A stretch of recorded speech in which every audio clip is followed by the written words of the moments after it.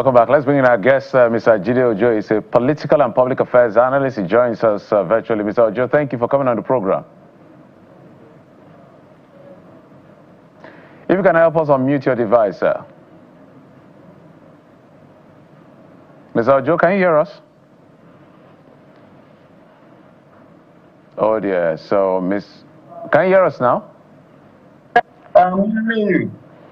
All right, fantastic. Good morning. Welcome to the program. My pleasure. So let's begin with what the Guardian is leading. In fact, I'm going to ask two questions in one because of time. So you binge through both of them as quickly as you can. And that has to do with Guardian reporting that, some political parties are still seeking extension to the deadline provided by INEC for the submission of nominated candidates for their parties ahead of the election. So is this part of the fears that political parties had, or this is just political parties not being able to do the homework that is necessary in preparing for election? That's question number one. Question number two, I'm looking at the Electoral Act.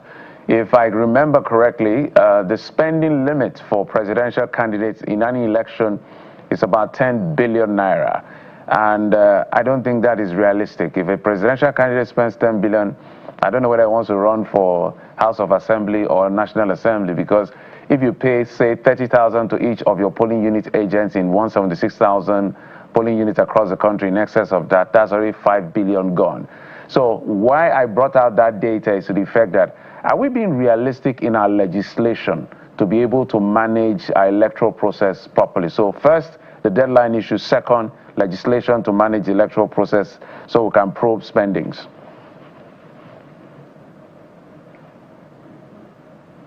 Mr. Ojo?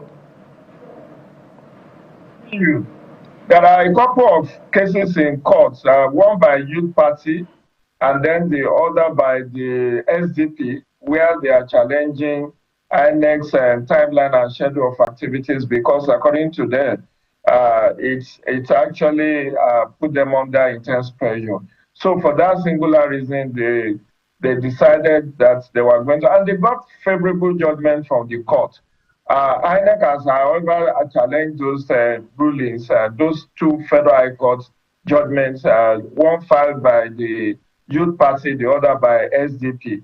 INEC said it is statutorily mandated to give timetable and schedule of activities, and that sometimes people don't see the bigger picture. That is a chain of events, and you need to connect the dots if you are going to achieve. Like many people have argued, why do we have to cut off voter registration perhaps 6 months to election? Because you need to process the permanent voter's card. So it's not like debit card you collect in the bank. So INEC has magnanimously extended the submission of nomination for National Assembly and presidential candidate from 11th to 14th. I'm aware that INEC actually trained representative of political parties on how to upload these particulars. Perhaps what they have faced is the glitches with telecoms. You can see me, even only myself and you, we are having glitches about sound. And that has been, I don't want to advertise their products, I'm paying heavily for internet subscription. FiberX, and yet the quality I get is suboptimal. This may be the challenge that the political parties are facing in uploading, because they need internet to upload. So if the internet is having a lot of downtime, definitely they will find it extremely difficult to upload, because I don't think uploading one presidential aspirant and 360 House of Reps position and 109 senatorial positions should be that challenging, even with the extension. But by and large, I think IPAC will speak to that, and maybe it's something INEC can also look into. But we must understand that there have to be deadlines for some of these things, because there are timelines set by the Constitution as well as the Electoral Act. Now, coming back to the issue of campaign finance ceiling, this is one issue I weighed in on in my column in The Punch yesterday. where I was looking at the nexus between political finance and corruption in governance. You discuss the issue of Malami SAN. How many of us know that Malami is contesting to be governor of Kebbi State? Even Uche Oga, the one that was sacked for forgery, was trying to be governor in Enugu under PDP. Now, you need truckloads of resources to contest for election in Nigeria. You cited the 10 billion. So many people who are uninformed, even that 10 billion is too much. But it's just a ceiling. It doesn't mean you have to spend up to that. But the reality, which I actually drew attention to in my column yesterday, is that when you look at the kind of spending you do, contested election in Nigeria, it's not for the faint-hearted. It's not for people who are living day by day. It's for people with deep pocket, and that's where some of them go to godfathers. People like Chris Ngige, who have to go to Chris Uba in Anambra State to bankroll his election, because it's gargantuan. Look at, I cited the example of Okoyemi Bamidele, this Ekiti election that was held June 20 last year. Around 2024, during the commissioning of one of his constituency projects, Okoyemi Bamidele Senate leader said many of his allies were pressurizing him to go and contest for governorship of Ekiti. He said he is not contesting because 2 years to the time of the election, you become an employer of labor. People start gathering in your house, demanding of you, oh, Your Excellency, as if you have won the election. My children's school fees, I need to go to Mecca, I want to go to Jerusalem, my mother is sick, and all of that. And you have to take care of them. That's 2 years to election. You start spending heavily. Then the party nomination time will come. For APC, governorship form is 50 million, presidential form is 100 million. People like me who live day by day, can I afford that? It's impossible. And then you buy the nomination form. Before the date of the primary, you have to do a lot of mobilization, lobby, logistics, and all of that. A lot happens under the water in terms of people you have to go and see. Party leaders you take cola to, and you know cola, what I mean by cola. Those who achieved consensus in this just concluded primary didn't just get the consensus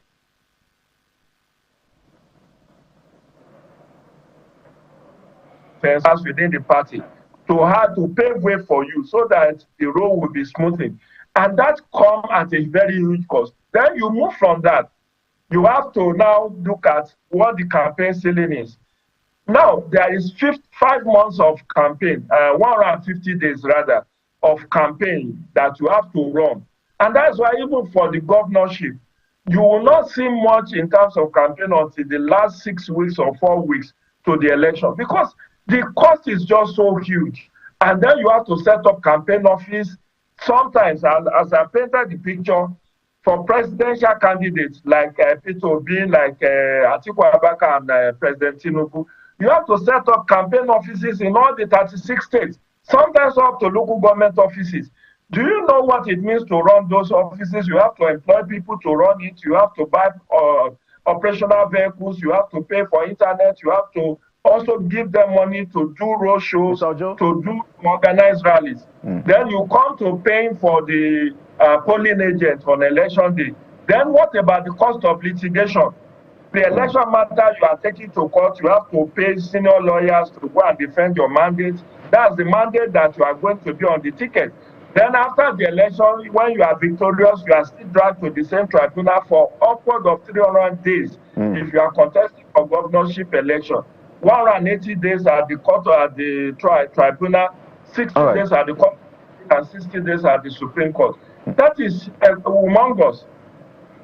I totally agree with you, Mr. Ojo, and fantastic analysis there, because that paints a picture about just how we've monetized our electoral process and elections in this part of the world. So perhaps if you do not have monies, if you're not rich or wealthy, or you have someone who bankrolls you, you absolutely have no business in politics. That's what it's looking like. And I'm just wondering, perhaps I like the scenario you've painted about parties and lane structures. It was a big deal in the last election, especially for the LP candidates, Mr. Peter Obi, who is now of the NDC. The fact that it looked like, it was a fantastic party, had a lot of followership on social media and all of that around the world, but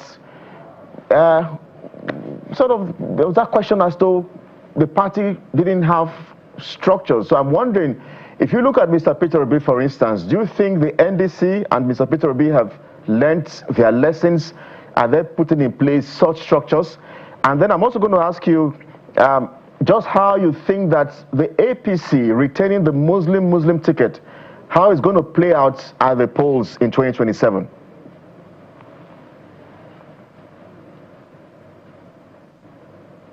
So has learned his lesson. There is no lesson to learn. If you don't have money, hide your face. That is just the name of the game. Politics, in politics globally, even in US, that's why they do crowdfunding. Whether NDC has been able to have structure, I doubt whether they have robust structure. Not that they don't have structure, because I know they rush through having congresses and convention in April. That was shortly before the commencement of the party primary. So those structures, I don't know how robust they are, whether they are well resourced, whether the state ward executive are in place, the local government executive are in place, the state executive are in place, the zonal executives are in place, and then the national working committee.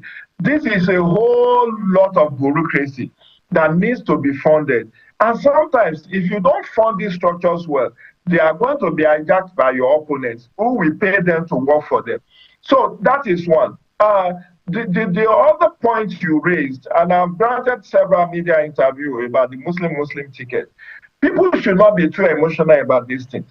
The president has done the best for his pathway to victory.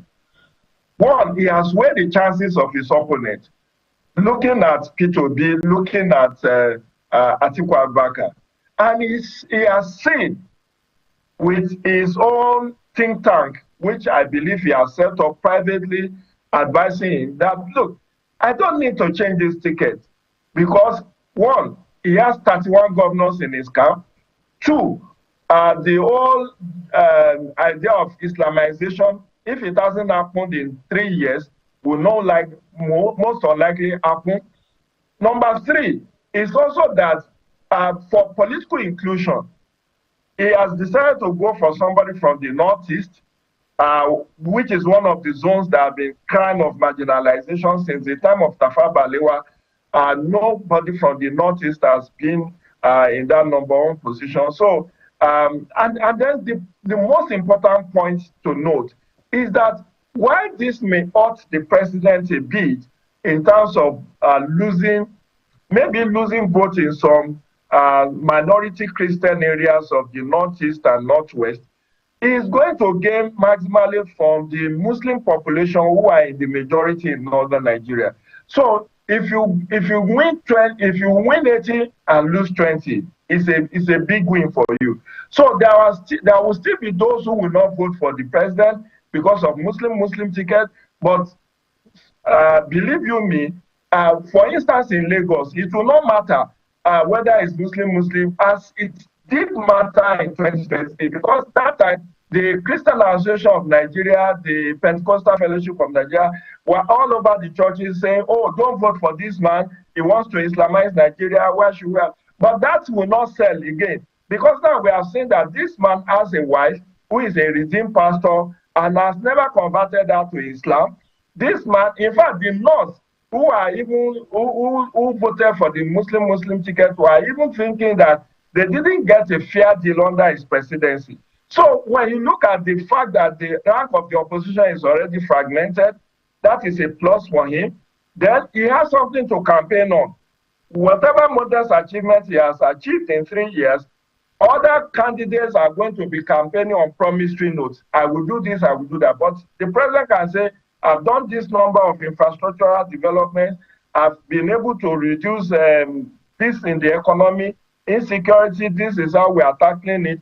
And so whether believe him or not is secondary, but at least he has something to campaign on. So the whole emotion of a Muslim, and I've cited several examples in Ekiti State since 1999, if my memory serves me right, the governors and deputy governors have been Christian.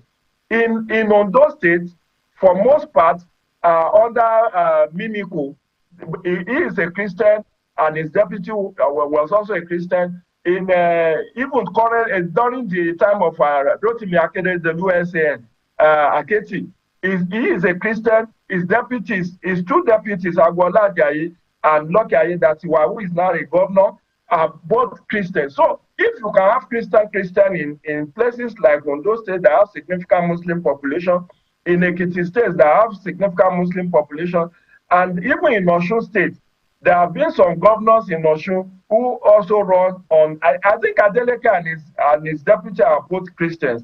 That's the same way as Oyinlola and Olushola Obada are both Christians. Then you come to Kaduna State. Under Erufa, Kaduna decided to pick a woman and a Muslim from southern Kaduna, which is predominantly Christian. And they won. In fact, I think it's that same lady that is now the deputy governor to Ubasani. So sometimes we need to move away from this primordial sentiments. I do know that his political producers will argue wrongly and say, oh, it's not sensitive to our religious sensibilities. But what does that do for you? Does it bring food to your table? When we had a vice president that is a Christian, for the 8 years that Professor Yemi Osinbajo was deputy governor and vice president to Muhammadu Buhari, what was his impact in that presidency? What impact did he make? Did he help the Christian community different from the Muslim community? It's about governance. What Nigerians want is good governance, not really about whether it's a Muslim or even a pagan that is pretending to be a Christian or Muslim. Now let's look at perhaps why there isn't food on the table, and permit me to return to your thought-provoking piece on campaign finances and its nexus with corruption. In that piece, you quote the figure of election nomination forms of political parties, and there are 100 million for presidential. There is 60 million depending on the political party. I believe ADC is charging 90, 60, 30 in that order. And when you get to NDC, is a bit cheaper, 30, 10, with concessions for those who win to now purchase the nomination forms.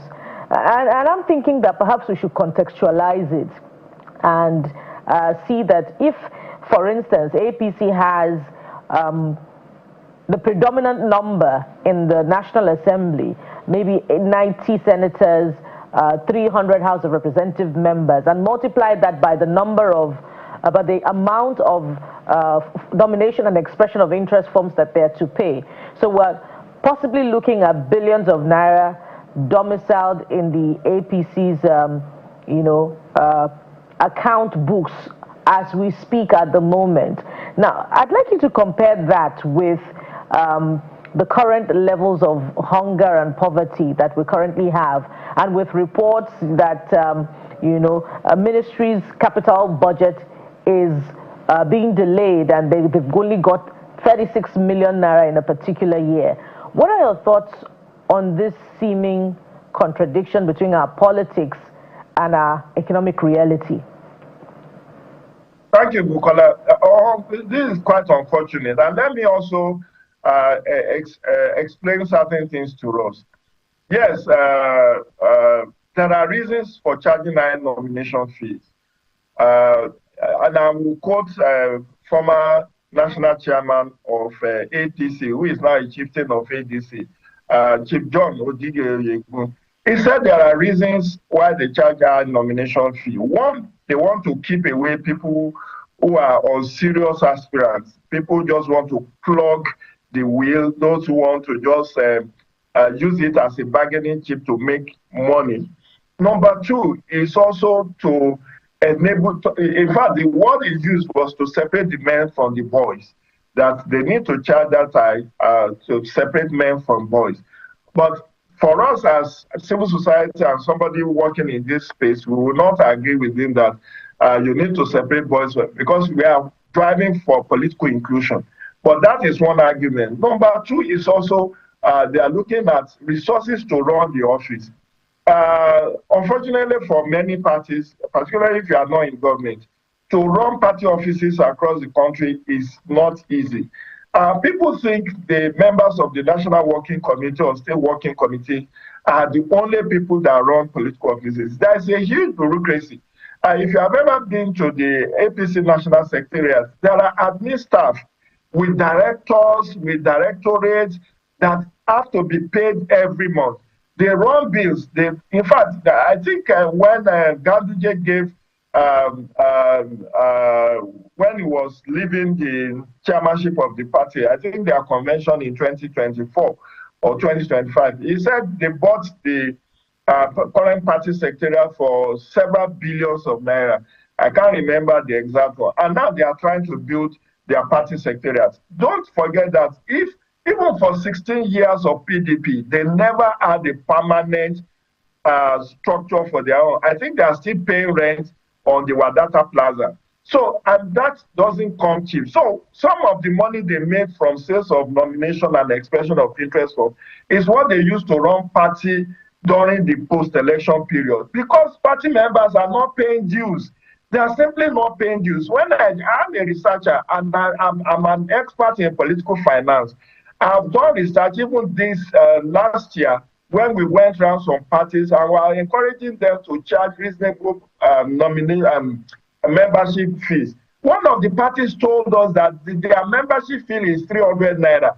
And when they wanted to increase it to 1,000 per month, 1,000 naira per month, that the party members resisted. And I was asking myself, how much is 300 naira that you cannot pay? You are now saying that if they take it to 1,000 naira, so that's a huge challenge. So how does party structures get funded? That's where, political barons come in.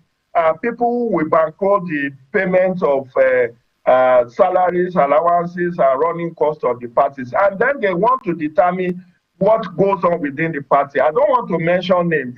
People who have come out so strongly with their foot just to say, I'm the one running this party, and I have to have a say in how the party is run and who gets what within the party. I don't want to mention it, but people know who has done that over the years, using his own resources to run party. So then cross over to the other angle of your question about capital budget not being released. It is so unfortunate. It is very unfortunate because that's the capital vote is what impacts on the citizenry. When you build the structures, you pay for services. I learned a lot of contractors have not been paid, despite having completed the projects. Even 1 trillion naira or 1.5 trillion naira that Federal Executive Council has approved has not been paid, because now the Minister of Finance and Budget and the Accountant General Office is asking them for 2 certificates, 1 certificate of completion and all of that. And that is also delayed. And that will affect the economy, because some of these contractors actually borrowed money from banks and financial institutions to complete this project on behalf of federal government. So President Bola Tinubu needs to bring down the neck of his Minister of Finance. I know it's an inherited problem for Mr. Taiwo Oyedele. It's an inherited problem because I remember the National Assembly actually called Wale Edo and Doris Udoka, who was then Minister of State for Finance, around November, December last year, to ask them, why has there not been capital release of ministries, departments, and agencies? And they just gave one flimsy excuse or the other. But now, we're totally out of time. My apologies, totally out of time. But I think you laid out your points very brilliantly. We'll continue to check in on these things to make sure that the democratic space is available, accessible, and affordable as much as possible for as many people as are interested in these spaces. And so we can marry that with governance in terms of spending, as has been raised. Mr. Jide Ojo is a political and public affairs analyst joining us virtually. Thank you, sir, for coming through as always. We appreciate it. Thanks for having me. Do have a great day ahead. Well, the inflation eased marginally, the numbers. So let's talk about it, use that to build on the state of the economy. Stay with us.